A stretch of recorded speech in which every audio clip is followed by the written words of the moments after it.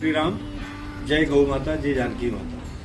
श्री अनंत बलवंत हनुमंत संतलालजी महाराजની સાનિધ્યમાં બેઠીને મારી મનની એક વેદના છે જે હું વ્યક્ત કરું છું। આજે આટલા બધા સુખ સંપત્તિ ધન વૈભવ હોવા છતાંય પણ માણસોને આગળ શાંતિ નથી। એનું કારણ આપણે ગોતતા ગોતતા એવું મને ખબર પડી કે આ જેવા એક સારા વ્યક્તિ હોય તેના અંદરમાં ભૂત ગરી ગયા હોય તો એ પરેશાન થઈ જાય છે, દુઃખી થઈ જાય છે।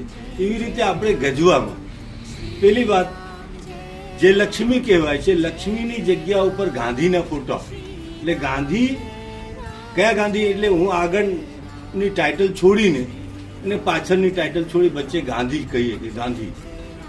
હવે એ ગાંધી છે ભૂત, શૈતાન, પ્રેત, જે ગણું તે।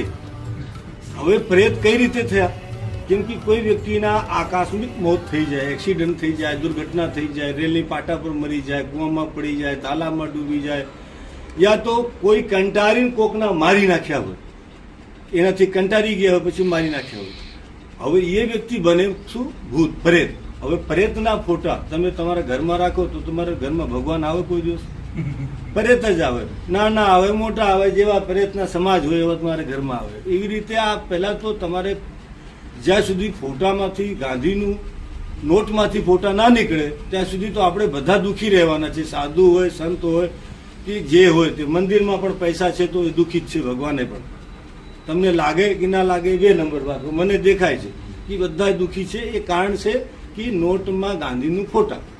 હવે એ ફોટાની વિસર્જન કરી નાખો, નહીં તો નહીં વિસર્જન કરી શકતા હોય તો જેવા પેલા જૂના જમાનામાં પેલા વાણિયાની દુકાનમાં તમે ગયા હોય તો એની ગાણ નીચે પૈસા રાખતા હતા, ખબર છે? કોથરામાં નીચે પૈસા રાખે, ઉપર બેઠા હોય।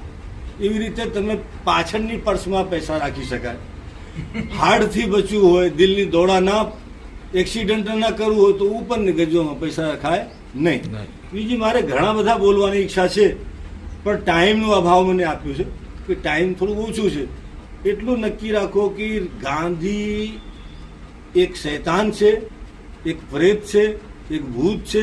એનાથી કઈ રીતે આપણે બચવું એના માટે એક સરળ સહજ ઉપાય છે। તમારા ઘરના જે ગેડીઓ હોય, ગાંધીની જગ્યા ઉપર ગેડિયા હોય, ડોહા હોય, ઉંમરલાયક હોય, તમારી મા હોય, બાપ હોય, એ કાકા કુટુંબમાં જે ઉંમરલાયક હોય એને પગે લાગી લો। સવારે ઉઠીને એને પગે લાગી લો તો ગાંધીની મુસીબત થોડુંક ઓછી થાય।